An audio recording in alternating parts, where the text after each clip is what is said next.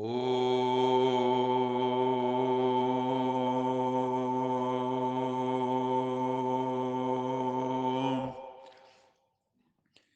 शांति।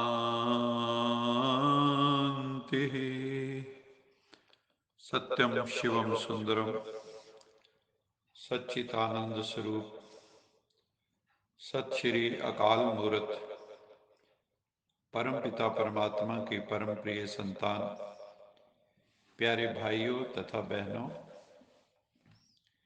आज 27 मार्च 2022 दिन रविवार अव्यक्त वाणी का दिवस है। आज 7 मार्च 1990 की अव्यक्त वाणी का रिवीजन हो रहा है। आज की मुरली बहुत ही इम्पॉर्टेंट मुरली है आध्यात्मिक दृष्टिकोण से, क्योंकि इस मुरली में हम अपने मन बुद्धि इंद्रियों पर संयम, नियंत्रण, कंट्रोलिंग कैसे करें, इनको कंट्रोल कैसे करें, रूलिंग पावर कैसे आए, इसके ऊपर विस्तृत विवेचन किया गया है और उसको हम कैसे डेवलप कर सकते हैं स्वयं में, इसकी भी बाबा ने विस्तृत चर्चा की है। मुरली मंथन से पूर्व यश जी से निवेदन है कि प्रभु स्मृति का एक मधुर गीत हम सबको सुनाएं। ये मत कहो खुदा से मेरी मुश्किलें बड़ी हैं, ये मुश्किलों से कह दो मेरा खुदा बड़ा है। आती है आंधियाँ तो कर उनका खैर मकदम, तूफान से लड़ने खुदा ने तुझे गढ़ा है। ये मत कहो खुदा से मेरी मुश्किलें बड़ी हैं, ये मुश्किलों से कह दो मेरा खुदा बड़ा है। अग्नि में तप कर सोना है और भी निखरता, दुर्गम को पार करके हिमालय कोई चढ़ा है। लाएगी रंग मेहनत आखिर तुम्हारी एक दिन, होगा विशाल तरवर ये बीज जो पड़ा है। ये मत कहो खुदा से मेरी मुश्किलें बड़ी हैं, ये मुश्किलों से कह दो मेरा खुदा बड़ा है। वो सर्व शक्तियों से जब साथ है हमारे, हर काम उसके रहते हरगिज हुआ पड़ा है। पल भी हार ना, हिम्मत का कदम बढ़ाओ, हजारों कदम बढ़ाने वो सामने खड़ा है।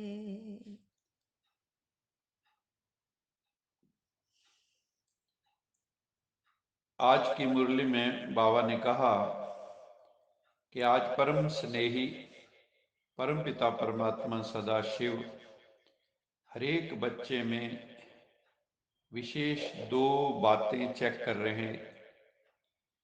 हरेक में रूलिंग पावर और कंट्रोलिंग पावर कहाँ तक आई है। जैसे शरीर की स्थूल कर्म इंद्रियां आंख, नाक, मुंह, कान, हाथ, पैर आत्मा के कंट्रोल से चलती हैं। जब चाहें, जैसे चाहें, जहां चाहें हम स्थूल इंद्रियों को वैसे ही चला सकते हैं और चलाते भी रहते हैं। उनके लिए हमारे पास कंट्रोलिंग पावर है किसी हद तक। जैसे हाथ पांव स्थूल शक्तियां हैं, ऐसे ही मन बुद्धि संस्कार आत्मा की सूक्ष्म शक्तियां हैं, सटल पावर्स ऑफ सोल। सूक्ष्म शक्तियों के ऊपर कंट्रोल करने की पावर, अर्थात मन बुद्धि को, संस्कारों को जब चाहें, जहां चाहें, जैसे चाहें, जितना समय चाहें, ऐसे कंट्रोलिंग पावर और रूलिंग पावर कहां तक आई है। बाबा ने कहा भक्ति में भी श्रेष्ठ आत्मा की मन बुद्धि संस्कारों के ऊपर कंट्रोलिंग पावर रहती है। भक्तों में भी नंबरवार शक्तिशाली भक्त बनते हैं, अर्थात जिस इष्ट की भक्ति करना चाहें, जितना समय करना चाहें, जिस विधि से करना चाहें, ऐसी भक्ति का फल भक्ति की विधि के अनुसार उनको मिलता है।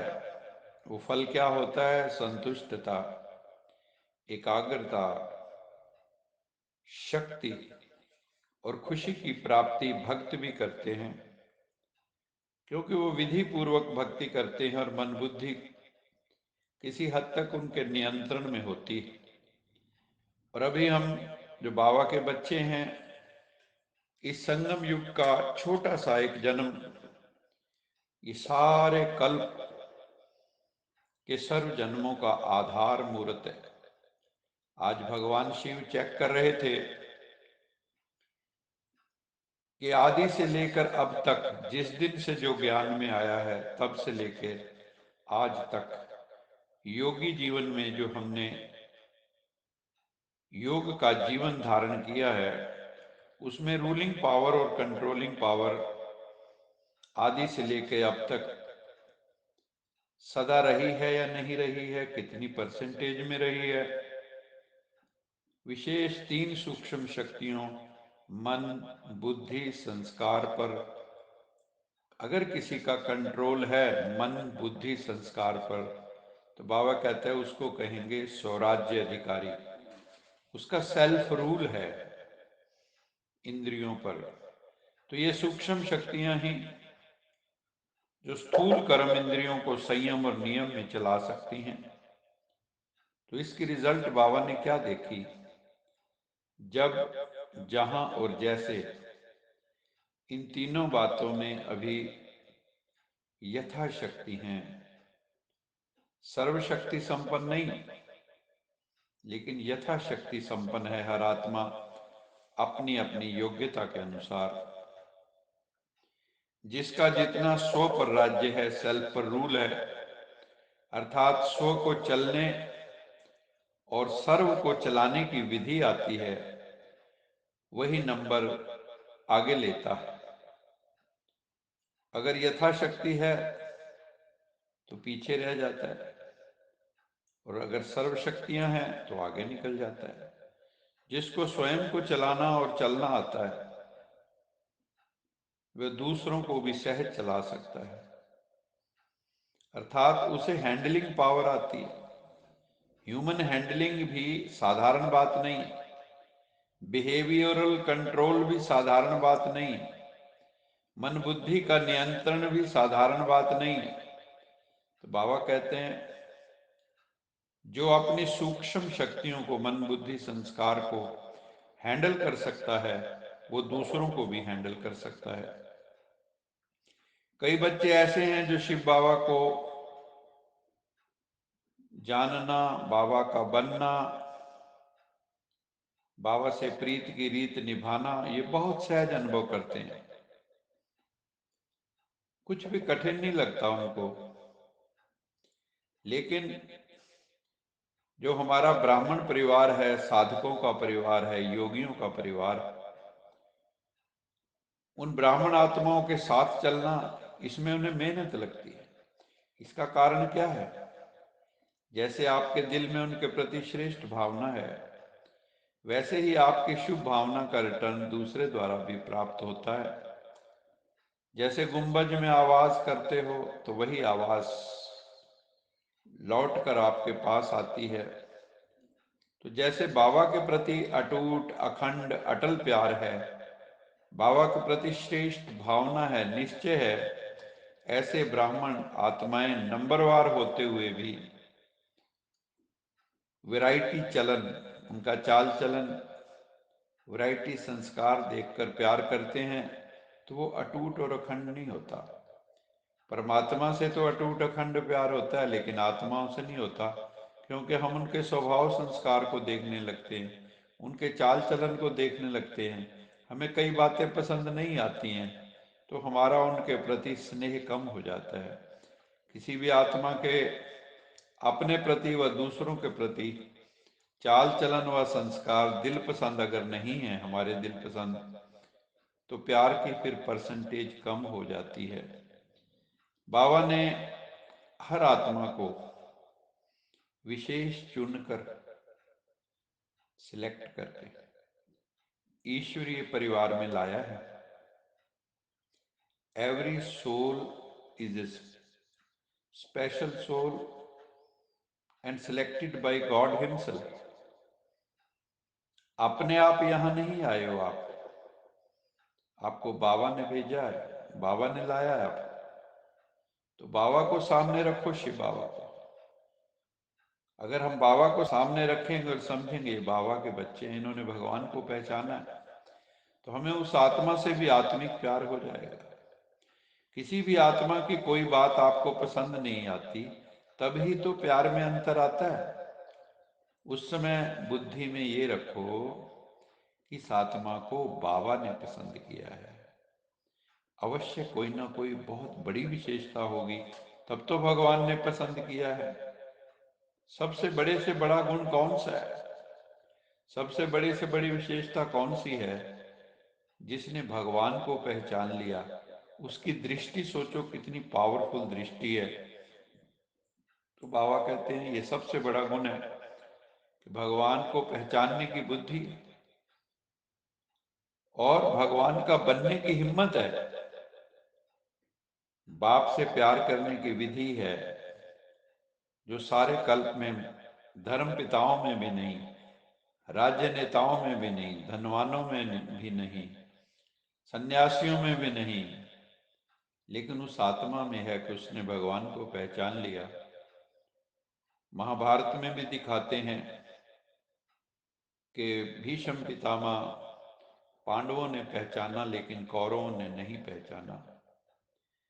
तो बाबा, शिव बाबा हम सबसे पूछते हैं कि आप जब बाबा के पास आए तो क्या गुण संपन्न बन के आए थे?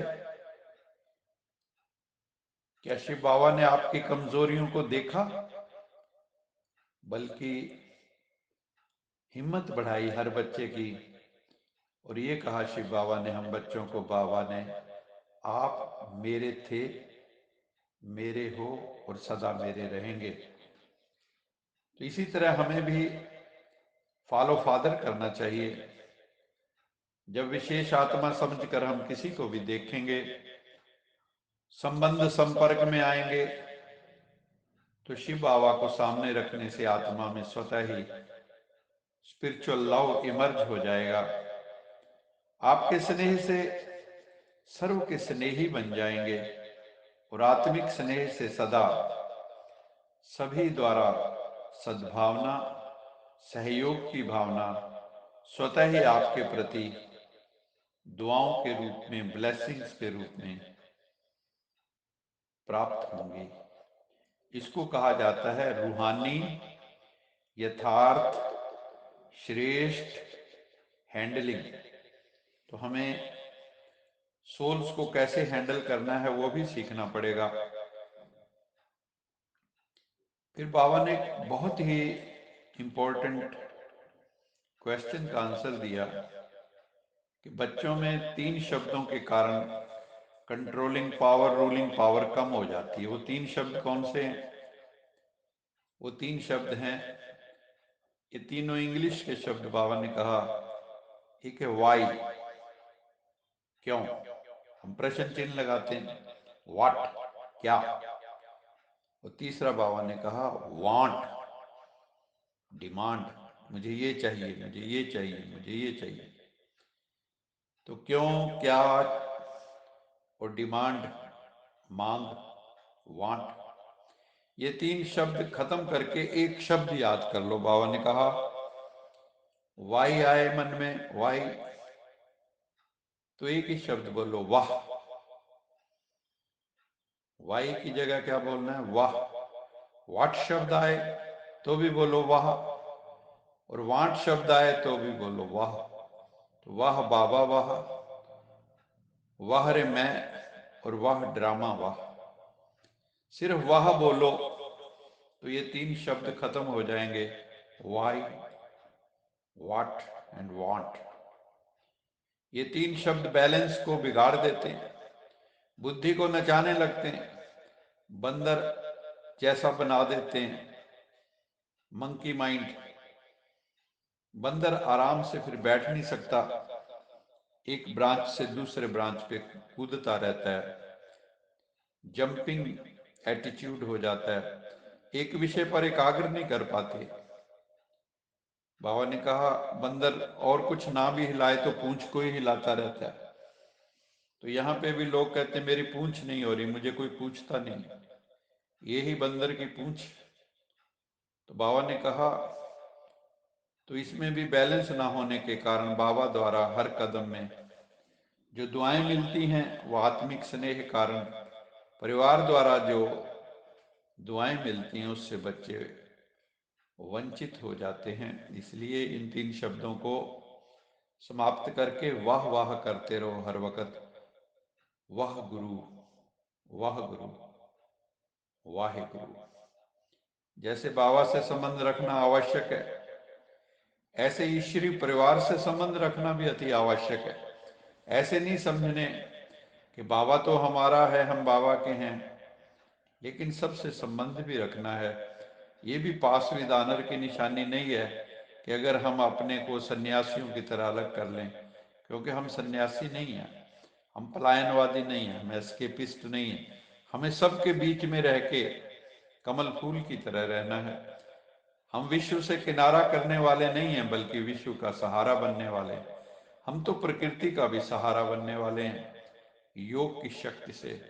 कई बच्चे कहते हैं हम इसके साथ नहीं चल सकते, फलानी आत्मा के साथ नहीं चल सकते, हम तो उसके साथ चलेंगे, इस स्थान पर उन्नति हमारी नहीं होगी, दूसरे स्थान पर होगी, इस सेवा में विघ्न है, दूसरी सेवा में अच्छा होगा। तो ऐसे सरकमस्टांशियल बातें करते रहते हैं। बाबा कहते हैं ये तो युद्ध से भागने की बात हुई, ये तो किनारा करने की बात हुई, ये तो एस्केपिज्म की बात हुई, ये भी कमजोरी गिनी जाएगी। सबके बीच में रह के अपनी स्थिति को एक रस रखना है। अगर ऐसी कमजोरियां रहेंगी तो उन्नति कैसे होगी, आध्यात्मिक उन्नति। तो सदैव अपने में शुभ उम्मीदें रखो, ना उम्मीद कभी ना बनो, होपलेस कभी ना बनो। बाबा ने भी तो हम बच्चों पर उम्मीदें ही रखी ना, चाहे लास्ट नंबर वाला बच्चा है उस पर भी उम्मीद रखी, उसको भी दिल शिकस्त नहीं होने दिया। इसलिए तुम बच्चों को भी उम्मीदें रखनी है। तो आप भी ना अपने से, ना दूसरे से, ना सेवा में ना उम्मीद, दिल शिकस्त नहीं बनो, दिल शाह बनो, दिल खुश बनो। शाह माना फ्रॉक दिल, मैग्नेनिमस हार्ट, बड़े दिल वाले। तो बड़े दिल वाले बनना है, बेहद के फकीर बनना है। माया भिन्न भिन्न रूप से आएगी कमजोर करने के लिए, लेकिन बाबा ने कहा आप माया के भी नॉलेजफुल बन गए हो। अगर माया की नॉलेज नहीं है तो भी अधूरी नॉलेज है। ये भी याद रखो कि माया नए नए रूपों में आएगी, पुराने रूप में नहीं, क्योंकि वो भी जानती है। ये पहचान लेंगे, बात वही होती है, लेकिन रूप नया धारण कर लेती है माया। टीचर्स को संबोधित करते हुए बाबा ने कहा टीचर्स माया के नॉलेजफुल हो ना, बाबा को पहचान लिया, सिर्फ ये नहीं सोचो माया को भी पहचानना है। जहाँ प्यार है वहाँ कुछ मुश्किल नहीं होता। पतंगा भी तो क्षमा पर कुर्बान हो जाता है। तो आप श्रेष्ठ आत्माएं परमात्म प्यार के पीछे मुश्किल अनुभव कर सकती हो क्या? जब परवाना कुर्बान हो सकता है तो आप क्यों नहीं हो सकते हो? शिव बाबा सदा कहते हैं, टीचर्स अर्थात सदा स्वयं हिम्मत में रहने वाली और दूसरों को हिम्मत देने के निमित्त बनने वाली सफल टीचर की पहली निशानी क्या है? सफल टीचर की सबसे बड़ी, सबसे पहली निशानी है, वो कभी भी हिम्मतहीन नहीं बनेंगी, सदा होपफुल होंगी, आशावादिता होगी। यथार्थ सेवाधारी उन्हें कहा जाता है जो स्व की, मैंने सेल्फ की और सर्व की, सबकी सेवा साथ साथ करते हैं। स्व की सेवा में सर्व की सेवा समाई है। अगर सेल्फ इम्प्रूवमेंट नहीं होगा, सेल्फ एम्पावरमेंट नहीं होगा, तो हम दूसरों की सेवा भी नहीं कर सकते। ऐसे नहीं दूसरों की सेवा करो और अपनी सेवा में नेग्लिजेंट हो जाओ, अलबेले हो जाओ। सेवा में सेवा और योग दोनों साथ साथ लेके चलें। दोनों का बैलेंस हो तो कभी माया आ नहीं सकती। लेकिन इसके लिए बाबा ने कहा आपकी बुद्धि बिल्कुल क्लीन प्लेन होनी चाहिए, तो सेवा के जो प्लान्स बनाओगे बहुत अच्छे अच्छे, प्लानिंग बड़ी अच्छी करोगे। प्लेन बुद्धि होगी तो प्लानिंग बहुत अच्छी होगी। और प्लेन बुद्धि वालों को ही नई नई बातें टच होती हैं। तो हमें निमित्त भाव, निर्माण भाव रखना है, निरहंकारिता रखनी है, full of humility, full of humbleness. हद का नाम, हद का मान नहीं, लेकिन निर्माण, अभिमान रहित। यही शुभ भावना और शुभ कामना का बीज है। आज का स्लोगन है, ज्ञान दान के साथ साथ गुण दान करो तो सफलता मिलती रहेगी। हमें ना केवल ज्ञान सुनाना है सबको, लेकिन उसके साथ साथ जो ज्ञान को धारण करके गुण हमारे भीतर आए हैं उसका भी दान करना है, तो सेवा में सफलता मिलेगी। ज्ञान का फल गुण ही होते हैं, तो हमें ज्ञान दान के साथ साथ गुण दान भी करना है, तो रूहों को राहत मिलती रहेगी, सफलता मिलती रहेगी। अच्छा, मीठे मीठे सिकिलदे बच्चों प्रति माता पिता बाप दादा का याद प्यार। Good morning. रूहानी बाप की रूहानी बच्चों को नमस्ते। हम हम रूहानी रूहानी बच्चों बच्चों की की रूहानी रूहानी माता माता पिता पिता बाप बाप दादा दादा को को याद याद प्यार, प्यार, गुड गुड मॉर्निंग मॉर्निंग और और नमस्ते। नमस्ते। सदा रहो हंसते कहीं नहीं, फंसते बन जाओ फरिश्ते, बांध लो अपने, बसते चलो प्रभु के रास्ते। वाहिगुरु जी वाहिगुरु जी का का खालसा, खालसा, वाहिगुरु वाहिगुरु जी जी की की फतेह। फतेह। बोल बोल साचे साचे दरबार दरबार की की जय। जय। लोका लोका समस्ता समस्ता सुखिनो सुखिनो भवन्तु। भवन्तु। लोका लोका समस्ता समस्ता सुखिनो सुखिनो भवन्तु। भवन्तु। लोका लोका समस्ता समस्ता सुखिनो सुखिनो भवन्तु। भवन्तु। ओम